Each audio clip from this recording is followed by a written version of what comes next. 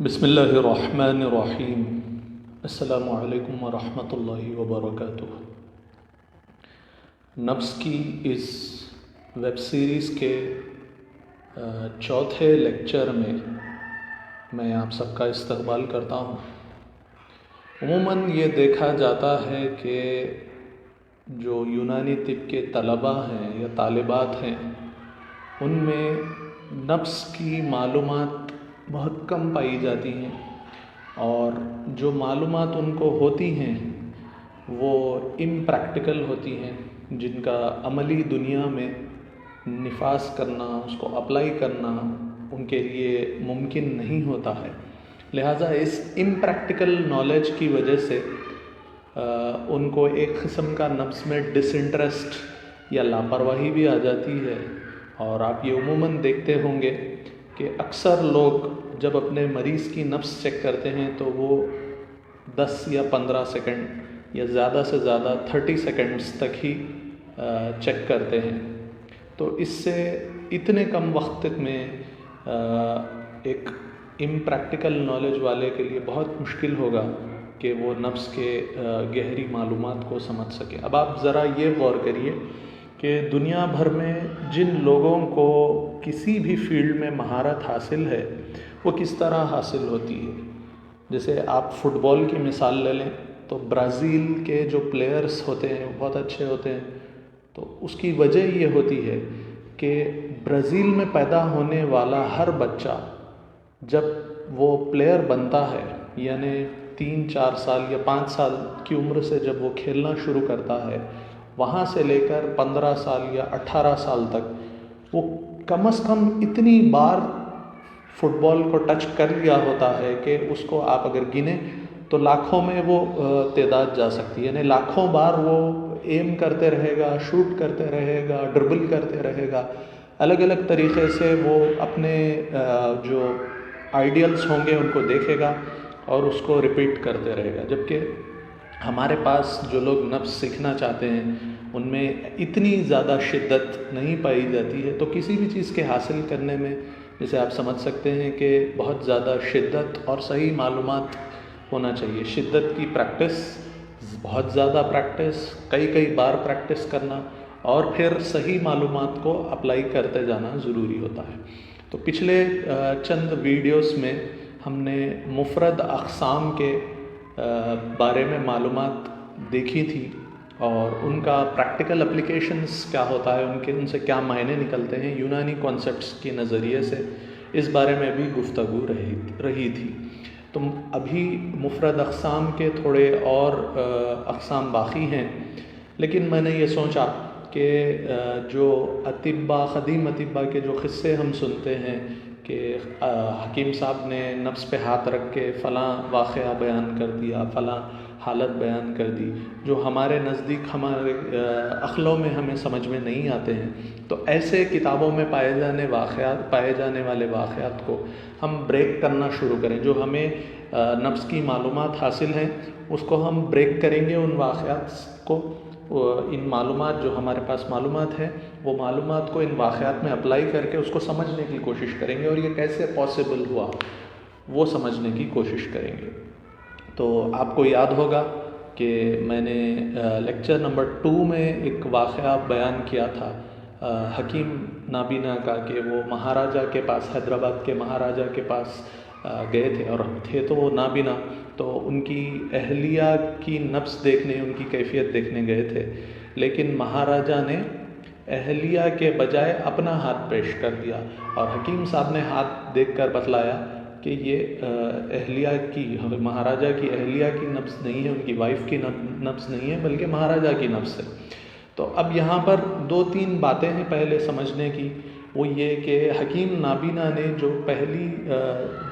پہلی بات ہمیں سمجھنے کی ہے، حکیم نابینا نے یہ پہچانا کہ یہ مرد کی اور عورت کی نبض نہیں ہے، مرد کی نبض ہے، فرسٹ پوائنٹ۔ اور سیکنڈ پوائنٹ اس میں یہ ہے کہ مرد بھی مہاراجا ہیں، کوئی اور مرد نہیں ہے۔ 2 باتیں ہیں یہاں پر سمجھنے کی، 2 پوائنٹس ہیں۔ تو آج کے اس سیشن میں ہم صرف پہلے پوائنٹ کو بریک کریں گے، اور دوسرے پوائنٹ کو بریک کرنے کے لیے انشاءاللہ نیکسٹ ویڈیوز میں ہم جائیں گے کیونکہ اس کو بریک کرنے کے لیے اور مزید معلومات کی ضرورت ہوگی. تو اور مزید کانسیپٹس جب ہم سمجھ جائیں گے تو سیکنڈ پوائنٹ کو بریک کریں گے. آج صرف یہ بات بریک کریں گے کہ مرد کی نفس اور عورت کی نفس میں کیا فرق ہوتا ہے. تو سمجھنے والی بات یہ ہے کہ جو مرد کی نفس ہوتی ہے، مرد کی نفس خوی ہوتی ہے، عظیم ہوتی ہے، اور بطی ہوتی ہے اور متفاوت ہوتی ہے. اب یہ ساری ٹرمز میں نے آپ کو پچھلے ویڈیو میں پچھلے لیکچرز میں سمجھا دی تھی. تو میں آپ اگر جو لوگ نہیں سمجھ پا رہے ہیں یہ ٹرمز، ان سے ریکویسٹ کروں گا کہ آپ یہ ویڈیو سیریز کو، لیکچر سیریز کو سیریل وائز دیکھیں. پہلے لیکچر 1 2 3، پھر اس کے بعد اس لیکچر پر آئیں، آپ کو پوری بات آسانی سے سمجھ میں آ جائے گی. تو مردوں کی نفس عظیم ہوتی ہے. اب جو مرد ہوتے ہیں ان میں حاجت ترویح زیادہ ہوتی ہے، حرارت زیادہ ہوتی ہے. اسی وجہ سے ان میں عزم پیدا ہوتا ہے، ان کی نفس عظیم ہوتی ہے.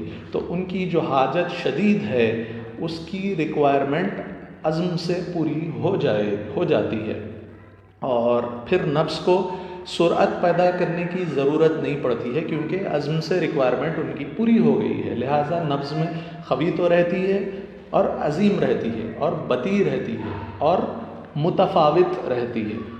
تو اب آپ اس کو تھوڑا سا ایک ایگزامپل کے ذریعے اگر آپ سمجھیں تو آپ کو بہتر سمجھ میں آئے گا. مان لیجیے کوئی ایک شخص پھوڑا ہے، پھوڑا اس کے پاس اتنا بڑا پھوڑا ہے، پھوڑا پلف کو کہتے ہیں. تو وہ مٹی کا ڈھیر لگا ہوا ہے، اس بڑے پھوڑے سے، کافی بڑا ہے وہ پھوڑا، اس سے مٹی کے ڈھیر اٹھاتا ہے اور پھر ایک طرف پھینکتا ہے. تو یہ جو اٹھانا ہے بڑے پھوڑے سے اور جو پھینکنا ہے، اس کو آپ کمپیئر کریے چھوٹے پھوڑے سے. کہ یہ بڑا پھوڑا جو بہت زیادہ مٹی اٹھائے گا، اس کے لیے بہت زیادہ انرجی لگے گی اور بہت زیادہ دور تک جائے گا. یہ 3 باتوں کو آپ یاد رکھیے. اب جو چھوٹا پھوڑا ہوگا، چھوٹا پلف ہوگا، اس سے بہت ایزیلی آپ اٹھا لیں گے اور زیادہ دور بھی آپ کو پھینکنے کی زیادہ ضرورت نہیں پڑے گی. آپ قریب بھی پھینک سکتے ہیں، جلدی جلدی آپ لیتے جائیں گے، قریب قریب پھینک سکتے ہیں آپ. تو آپ یہ جو بڑا پھوڑا ہے یہ مردوں کی نفس ہے. ایک تو جو زیادہ مقدار آ رہی ہے مٹی کی، وہ ان کی حاجت ترویح زیادہ پوری ہو رہی ہے. یعنی اس طرح کچھ مردوں کی نفس اگر میں آپ کو ڈیمونسٹریٹ کر کے بتاؤں تو اس طرح کچھ ہوگی کہ یہ دیکھیے آپ، یہ خوی ہے. پھر یہاں پر یہ جو دور سے آ رہی ہے یہ عظیم ہے. یہ یہاں پر جو امپیکٹ ہو رہا ہے یہ خوی ہے. اس طرح عظیم، خوی، اور یہاں پر بطی ہے. یہ بطی ہے، تھوڑی دیر رکے گی یہاں پر. پھر متفاوت ہے، متواتر نہیں ہے، یہ بھی ٹائم لے گی. یہ عظیم، خوی، امپیکٹ زیادہ ہے خوی. پھر یہاں پر بیٹ کا جو وقفہ ہوگا، ڈیوریشن جو ہوگا وہ تھوڑا زیادہ ہوگا. پھر متفاوت، ریلیکسیشن ٹائم بھی زیادہ ہوگا. اب اس کے مقابلے میں اگر آپ عورتوں کی نفس سے اگر آپ اس کو کمپیئر کریں تو عورتوں کی نفس اس کی الٹی ہوگی. صغیر ہوگی، ضعیف ہوگی اور سری ہوگی اور متواتر ہوگی.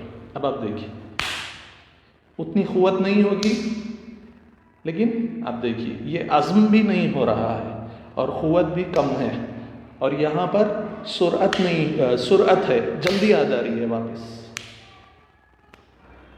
یہ جلدی آ رہی ہے، عزم بھی نہیں ہے، قوت بھی ضعیف ہے، اور یہاں پر جو بیٹ کا ڈیوریشن ہے وہ بھی کم ہے، جلدی پورا ہو رہا ہے.